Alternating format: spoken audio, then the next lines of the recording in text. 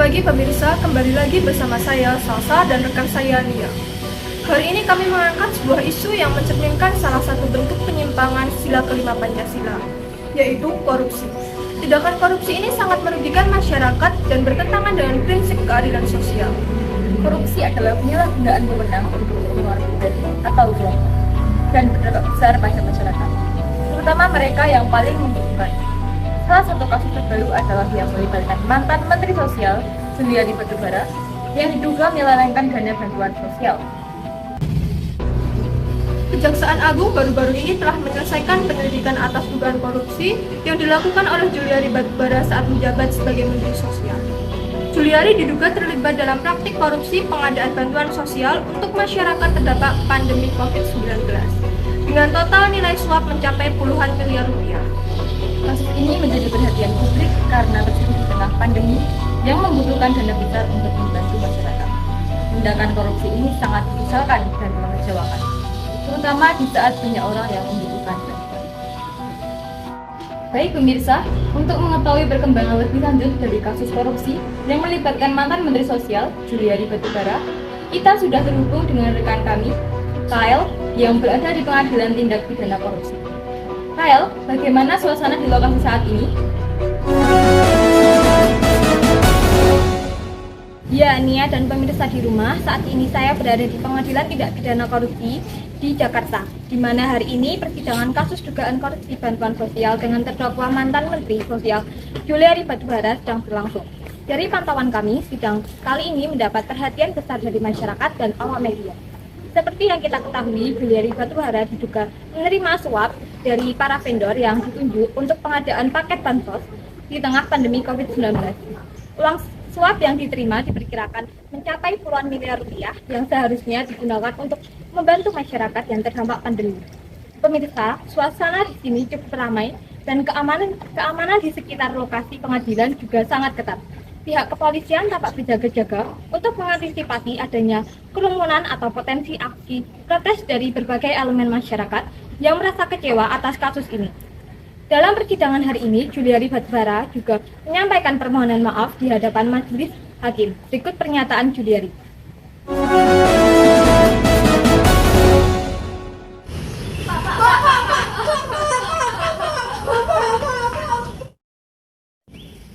Saya ingin menyampaikan permohonan maaf yang tulus atas penyelewengan tugas dan penyalahgunaan wewenang yang telah saya lakukan.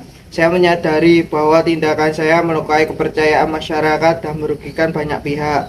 Saya bertanggung jawab penuh atas kesalahan ini dan siap menghadapi segala konsekuensinya. Saya menyesal dan berjanji untuk belajar dari kesalahan ini agar menjadi pribadi yang lebih baik. Kepada semua pihak yang terdampak, saya mohon maaf sebesar-besarnya. Semoga permohonan maaf saya ini dapat diterima dan saya akan berusaha menjadi diri lebih baik lagi serta menebus kesalahan saya. Terima kasih.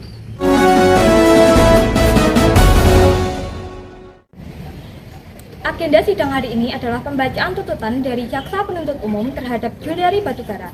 Pihak kejaksaan sebelumnya menyatakan akan menuntut hukuman yang sesuai dengan besarnya dampak kasus ini bagi masyarakat. Publik berharap agar proses hukum ini bisa berjalan adil dan dapat menjadi contoh tegas bagi para pejabat lainnya agar tidak melakukan tindak pidana korupsi, terutama di saat krisis seperti sekarang ini.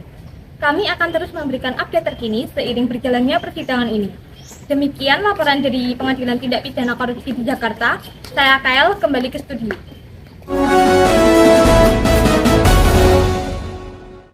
Terima kasih Kyle atas laporannya. Kita akan tunggu informasi lebih lanjut dari sidang tersebut. Untuk mengetahui pandangan lebih lanjut, kita akan mendengarkan komentar dari pengamat hukum mengenai kasus ini. Baik, kami telah terhubung dengan salah satu narasumber, Ibu Risa, selaku pengamat hukum. Baik, Ibu Risa, bagaimana pendapat Anda tentang korupsi?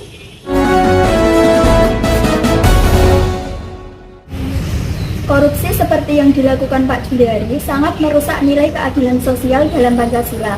Ketika bantuan sosial diselewengkan, masyarakat kecil yang sebenarnya sangat bergantung pada bantuan tersebut jadi dirugikan. Hal ini menciptakan ketidakadilan yang nyata dan menunjukkan lemahnya integritas. Faktor penyebab Juliari Batubara melakukan tindak pidana korupsi diantaranya Yang pertama, faktor sosial.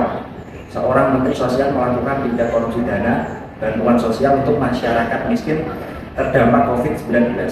Meskipun seharusnya ia bertanggung jawab untuk memberikan perlindungan sosial, tindakannya mencerminkan penyalahgunaan kekuasaan dan keegoisan sebagai pemimpin. Yang kedua, korupsi sering kali dikaitkan dengan masalah ekonomi, seperti pendapatan yang tidak mencukupi kebutuhan, namun meskipun gaji yang rendah bisa mempengaruhi kinerja pegawai negeri. Korupsi lebih sering dilakukan oleh kalangan atas, bukan orang miskin. Oleh karena itu, kemiskinan bukanlah penyebab utama korupsi. Yang ketiga, faktor politik. Ketidakstabilan politik juga berperan dalam terjadinya korupsi. Kepentingan politik, pemerasan uang, suap, dan penyalahgunaan kekuasaan untuk kepentingan pribadi sering terjadi dalam konstelasi politik yang tidak stabil, termasuk pada level pemerintah. Ya Ibu Risa, menurut Anda apa saja dampak jangka panjang dari tindakan korupsi seperti ini? Dampak dari korupsi sendiri sangat luas, diantaranya seperti menurunnya kesadaran moral, terjadinya pengabaian tanggung jawab etis, terjadinya pelanggaran hukum, ketidakadilan dalam pelayanan publik, tertundanya pengentasan kemiskinan, meningkatnya kriminalitas, merampas hak rakyat, dan yang terakhir memperparah penderitaan masyarakat.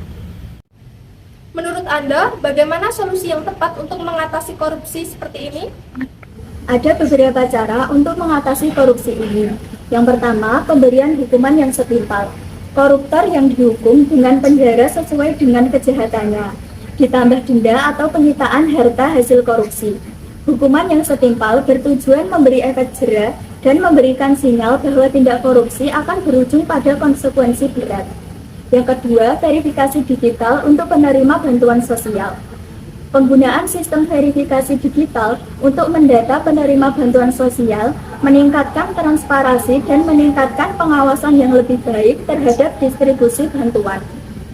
Dan yang ketiga, pemberian bantuan sosial dalam bentuk tunai. Bantuan sosial tunai lebih mudah dilacak dan diaudit dibandingkan dengan bantuan bentuk barang. Namun kelemahannya adalah tidak semua penerima bantuan memiliki rekening bank. Yang keempat, penggunaan data terintegrasi atau DTKS. Penggunaan data terintegrasi antara DTKS dan non-DTKS memastikan bantuan sosial disalurkan tepat sasaran dan mengurangi peluang penyalahgunaan dengan identifikasi penerima yang lebih akurat. Dan yang terakhir, pencegahan oleh KPK. KPK telah mengeluarkan surat edaran untuk mencegah korupsi selama pandemi dengan mengatur penggunaan anggaran dan pengadaan barang atau jasa, serta memperkuat pengawasan terhadap dana bantuan sosial untuk mencegah penyalahgunaannya.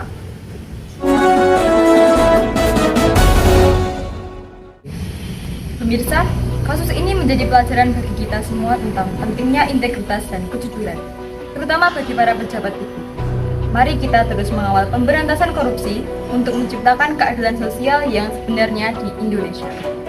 Semoga kasus ini mengingatkan kita semua akan pentingnya menjaga nilai-nilai Pancasila, terutama keadilan sosial bagi seluruh rakyat Indonesia. Terima kasih telah bersama kami, sampai jumpa dalam berita berikutnya.